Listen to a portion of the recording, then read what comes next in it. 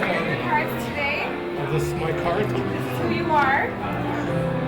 These are your name tags. Pull this off for you. You're welcome. This facts about the person that you are on the back of your card. Hey, David and Gina! God, it's great to see you. Thanks for coming to our 4th of July party. Of course. So cool to see you.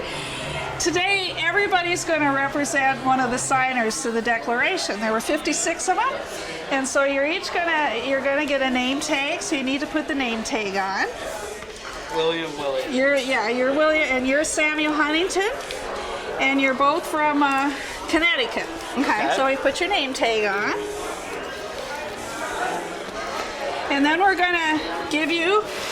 You're going to each have one of these bio cards, and on the bio cards there's a few sentences about each one of you.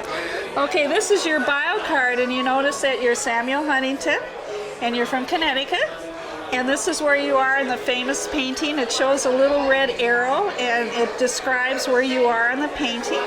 Oh, wow. And what we're going to do during the party is you can go up to anybody at the party, and like if you looked at him and you'd say, "Hey William, tell me a little bit about yourself," and then he would share a couple sentences about him, and then you do the same thing, and then you can ask him, "Well, who are you really?" And you meet a new friend, okay? Okay. And I want to show you where you are in the famous picture and where your signatures are in the Declaration. All right, so cool. we're going to walk over here.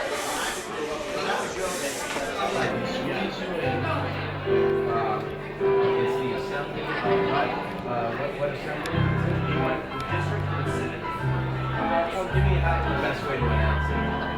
Running for assemblyman of... What district?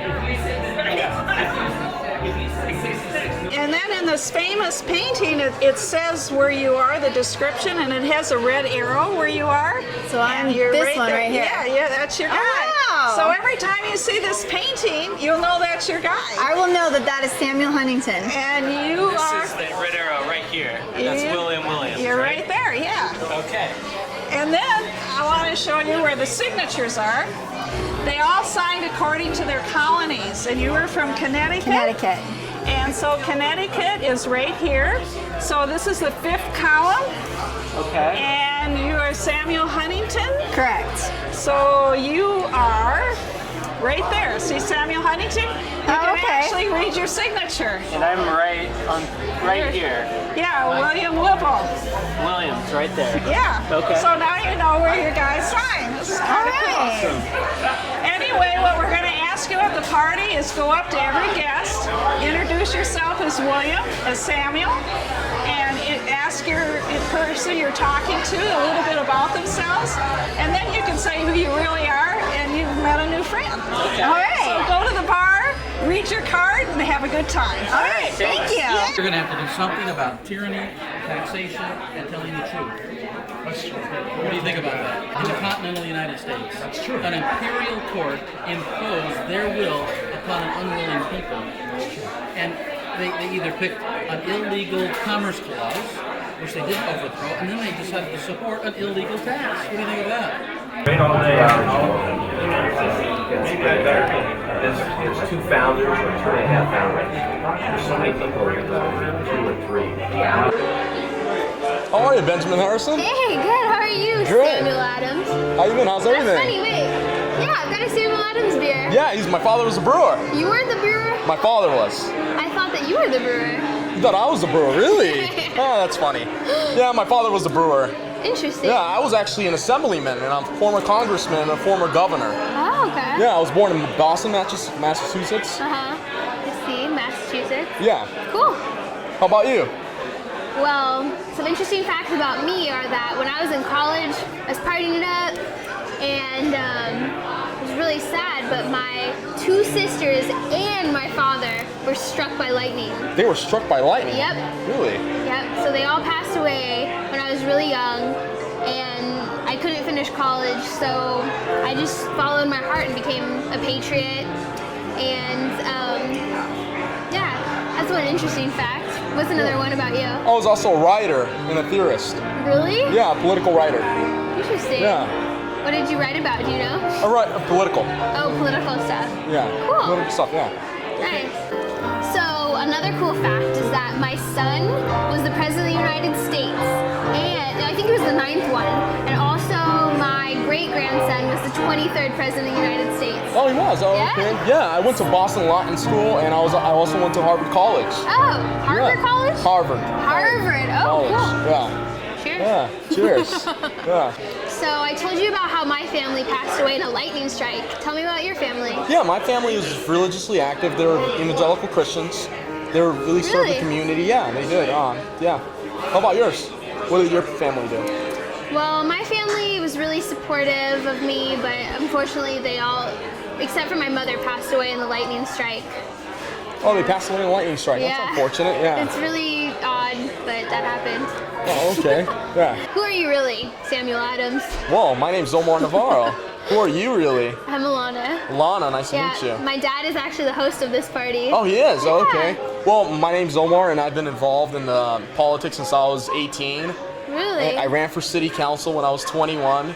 Really? Yes, I Wow, did, yeah. That's really cool. Involved in the Tea Party. I'm the president of South Bay Young Republicans. And I'm very actively involved in other political groups in the community. What is the Young Republicans? What does that mean? The Young Republicans is a conservative group that helps out other candidates that are getting involved in the political process and helps them out get elected. Well, what a pleasure to meet you. I'm not sure who Robert Morris is exactly. I know I've run into you in the past. Well, being John actually, to give you a little bit of my background, Please do. at age 16, I became an apprentice to a very, very wealthy merchant, and then he died. So at 20, I became a partner with his son, and being very wealthy and starting all these companies, I sort of became known as the financier of the revolution. I'm skipping through a whole bunch of background. Oh, that's fine. And unfortunately, though, I really didn't support the Declaration initially. However, I did sign it in the end, and what I said at the time was, I'm not one of those politicians that run testy when my own plans are not adopted. I think that it is the duty of a good citizen to follow when he cannot lead. And then during the course of everything else that followed, I spent all of my money and ended up in debtor's prison. But Congress actually passed some of the bankruptcy laws to help get me out of debtor's prison. Thank goodness for Congress, yes. Yeah, in this case. And unfortunately, I still died in relative poverty. Oh, no. But I think I played a very significant role in our independence. Well, it sounds like it. So tell me a little bit about you. Well, as John Hancock, as a young man, I attended Harvard. And then very similarly, I went to work for my uncle in the shipbuilding business. And he had me go over to England, where I spent several years developing relationships in business and so on, which really resulted down the line, skipping to, as you did, my maturity. It became a very profitable business, and I too was very wealthy and have supported the revolution. I cannot stand the way that King George treats Americans. His taxation without representation. Really bad. It is. You know, it's just not right. He looks at our thirst for independence as simply impudence. And that is not at all. He has no concept of the How dare they? entrepreneur. It's true. How dare they is right. So I have been very supportive of the revolution in many, many ways, and I started Minuteman groups. I personally didn't start them, but I supplied the money to make sure that enough people did. However, I'm often asked why my signature on the Declaration is so large in comparison to all the rest. And there are two reasons. First, I thought at one time I was going to be the only one signing it.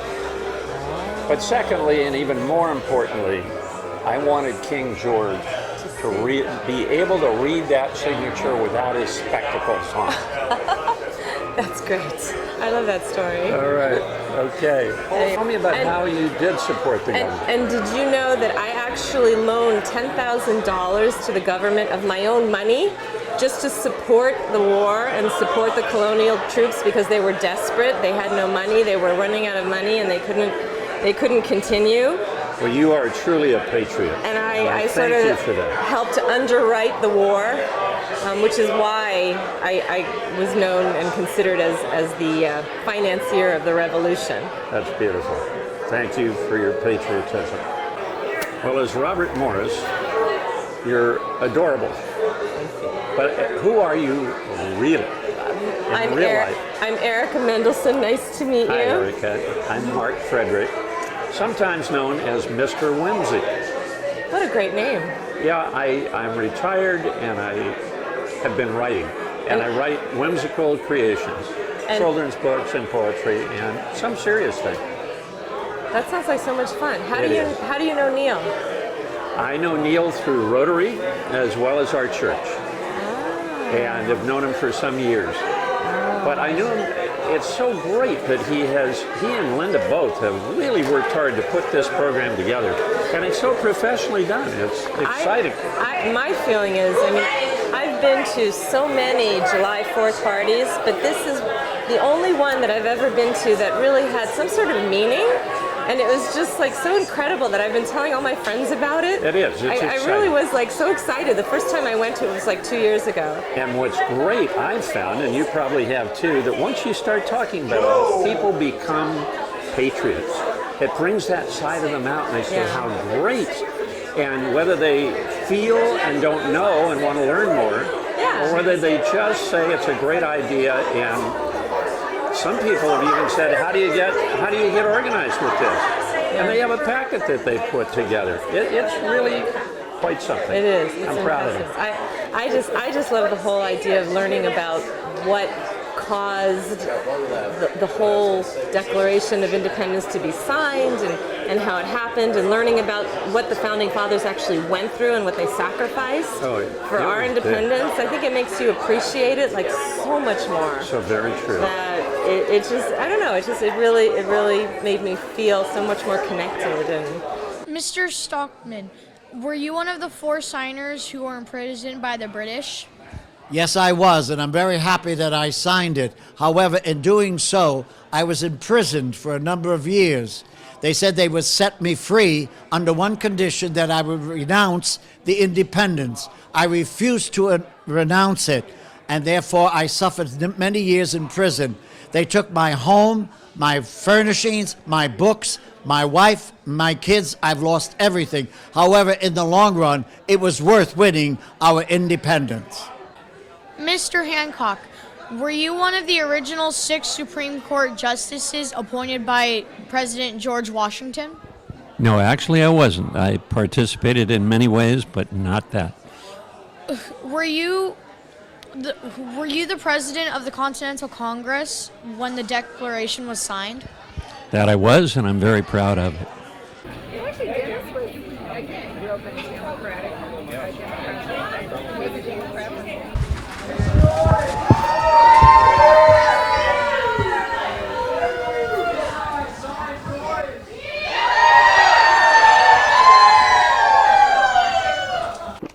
We have a Declaration of Independence sitting there waiting to be signed. But I'm sure some of you founding fathers here have some concerns before signing this. Do we have any concerns about signing this declaration that we can discuss? We have Benjamin Franklin from Pennsylvania. Benjamin, what concerns might you have? Well, Mr. Chairman, me being Benjamin Franklin, as it says right here, and my delegation from the great state of Pennsylvania. That's right. We are very much concerned about signing this declaration as it pertains to the potential for loss of life and property. And we need to be assured that we do everything we can to minimize that loss, because we all know that there will be severe risk of this. Do we have any other concerns there? Abraham Clark, I believe you have a concern. Saw your hand earlier.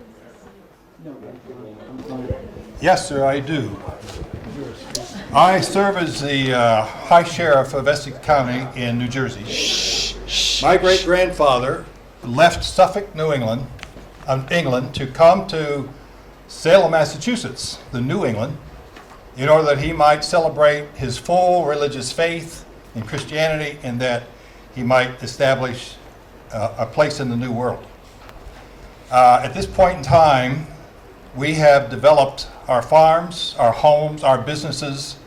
We are prosperous as we labor together as a cooperative organization in our colonies, but we are greatly oppressed by the negative and oppressive ways that the King of Great Britain is putting these burdens upon us. He's been so oppressive in so many ways that it is hindering our growth, our freedom as a colony, and we realize we must take a stand. And at the Continental Congress, we have voted and decided that we are going to sign a Declaration of Independence from the King, and we are going to come together as 13 colonies that are going to serve. Now, at this point, I want to fast forward because I know that when we sign, we are going to be guilty of treason and are threatened to be hung by the British Crown. At this point, I'm going to go ahead. I'm determined to do it. But now let me fast forward. I have 2 sons. I now have signed the Declaration of Independence. My 2 sons are serving as captains in the Revolutionary Army. My son Thomas is working under the supervision of General George Washington. He crossed the Delaware River on December 24th in 1776 in order to carry on the campaign against Trenton and the British in Trenton, New Jersey, and the Hessians. They were victorious. It was a turning point in the battle of the Revolutionary War. However, he also fought in Princeton battle, in Monmouth, and was active in the service. After those great victories, he was assigned to a ship in the harbor, which was later captured by the British. My son Thomas and Aaron both were put in the prison ship, at which time my sons were put in isolation. My son would have died along with 11 other colonists, 11,000 colonists who died on those prison ships of the British. The only thing that kept my son alive in solitary confinement was other prisoners forcing food through the keyhole in his cell. Almost at the point of death, they asked me once again, Abraham Clark, will you turn from your decision on that Declaration of Independence, and will you submit to the King? My answer had to be absolutely not. I stand by my signature. Fortunately, my son was exchanged for a British general, and he was set free. His name is Thomas Clark. I am the 6th generation from him and the 7th generation from Abraham Clark, and I thank God for those who paid the price in order that we might enjoy this liberty today. Thank you.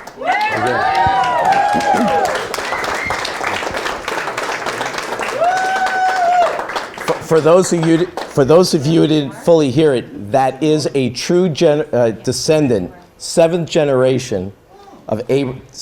descendant of Abraham Clark, Gary Clark. We're honored to have him. He is the real deal. Okay. Do we have any other concerns brewing out here? Who do we have here? I could barely read your label here. Oh my, you were wounded on the battlefield. Holy cats. I'm the physical evidence. I know. I fought the British. All right. Okay. Can you hold that at all? You want me to hold this? No. Okay. Yeah. Okay. You should see the other guy. I'm Richard Norton from Princeton, New Jersey. And I was not a delegate, but I was part of the group forming the Declaration of Independence to be signed. Word came to me that the delegates of New Jersey did not want to sign the independence because of the fear. I was called in, and I talked to the delegates, and I wanted to know why they wouldn't sign it, the rules against it and for it. When we got through after a 4-hour session, the delegates signed the Declaration of Independence. That was worth everything. The price I paid was worth it also. I was arrested. My wife and family, their home was taken. Our land was taken away from us. Our furniture was destroyed. Our books were burned. Everything. And I was in prison. And in prison, they asked me if I would renounce the Declaration of Independence, they would free me. And I refused. And I'm glad I refused, because this country of ours is the greatest country on earth. Now I'm going home to be healed. Well, thank you. Well, thank you. Wow. We bring him in off the battle lines. Who else do we have as a concern? Is John? Is that John I can see? John, please come up. John, if you could stay. Oh, thank you. John Hancock, guys. All right. I know most of the people here, and I would just like to say, you know that I'm a merchant, and I'm concerned that should this not be acceptable to the king, that British troops will come in, that they'll burn our warehouses, burn our businesses, they'll take our ships on the sea. We'll lose much or everything of what we've fought for, what we've worked for all these years. But every word in that declaration is true. And I myself am going to sign it first as the chairman of this committee. Skipping forward, I'll be elected governor, and I'll be one of two people that the king has ordered he will not give any pardon to, John Adams being the other. So let's sign it now. Okay, do we have any other concerns here that I missed? I see somebody in the back there. Man in a white shirt. Come this way, please. Samuel Adams. Samuel Adams. Wow. All right. We're not going to set them up for the House. I don't want to disappoint you right now. My concern, or Sam's concern, is that in addition to my relatives spending too much time at the malt distilling spot, my great concern is the fact that my neighbors and my friends will hate me. I will be an outcast. And despite that, I'm going to sign this document. Now and forever, I want it known that we are doing the right thing. And I would close with this little comment. This concept of unfair taxation and unfunded mandates is something that we live with even today, and we have to be ever vigilant. Thank you, Samuel Adams. How do I hear from New York that's in the dining room area? How do you vote? Do you vote for a re-signing of the Declaration? Yay. Yeah. I'll take that as a yes. Tell me, South Carolina, how do we vote for signing this declaration? We say yay for independence. Oh, that's the spirit. And that's our younger generation. They're so smart. New Jersey, New Jersey. All right. Screw the British. All right. No hesitation there. All right. All right. I believe we have New Hampshire. Woo! All right. Do we have Maryland in this area? Yes. How do we vote? I am small, but I am mighty, and I say yes with my whole heart and soul. All right. She's very mighty. I believe we have Pennsylvania in this area. All right. All right. How do we say I miss Virginia? Forgive me, Virginia. High and mighty. We vote yes. Are you sure? Yes. Despite all the danger? Yes. You love it? Yeah. All right. North Carolina, what do we sayeth? Give us liberty or give us death. All right. Woo! Woo! All right, that's the spirit. Liberty or death. Delaware. How does Delaware vote? I say we want freedom. All right. Freedom. Okay. And we will all sign. Okay. Rhode Island on the queue. How does Rhode Island vote? Maybe or? Yes. Woo! All right. Free the slaves! Free the slaves! All right. Thomas Jefferson, please read us these solidifying lines. Thank you, my dear host. The final paragraph. We, therefore, the representatives of the United States of America, in General Congress assembled, appealing to the Supreme Judge of the world for the rectitude of our intentions, do in the name and by the authority of the good people of these colonies solemnly publish and declare that these united colonies are and of right ought to be free and independent states, that they are absolved from all allegiance to the British Crown, and that all political connection between them and the state of Great Britain is and ought to be totally dissolved, and that as free and independent states they have full power to levy war, conclude peace, contract alliances, establish commerce, and do all other acts and things which independent states may of right do. And for the support of this declaration, with a firm reliance on the protection of divine providence, we mutually pledge to each other our lives, our fortunes, and our sacred honor.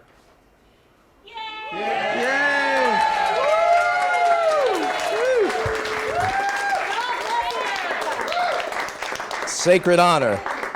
That's all you have is your honor. Let's sign this sucker.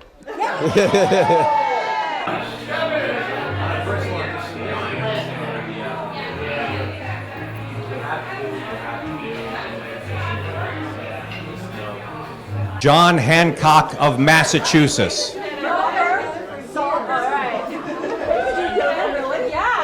For how many years? Sure. How many years now?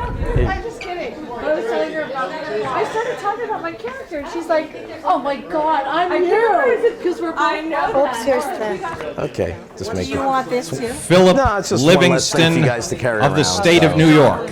Thank you, Neil. Sure. It was awesome. How did you guys make that so awesome? We didn't. We just met. Oh, you're just not here. And then she didn't tell me you were just. William Floyd of New York.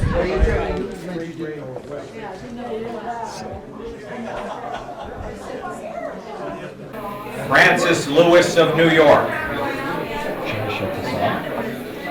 have a boulevard named after you. I forgot. I think I'm done. Arthur Middleton of South Carolina.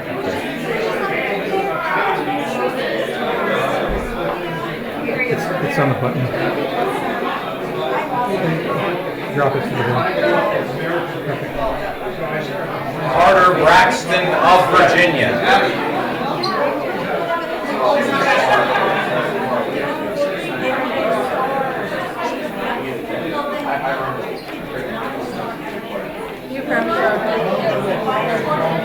Is that enough?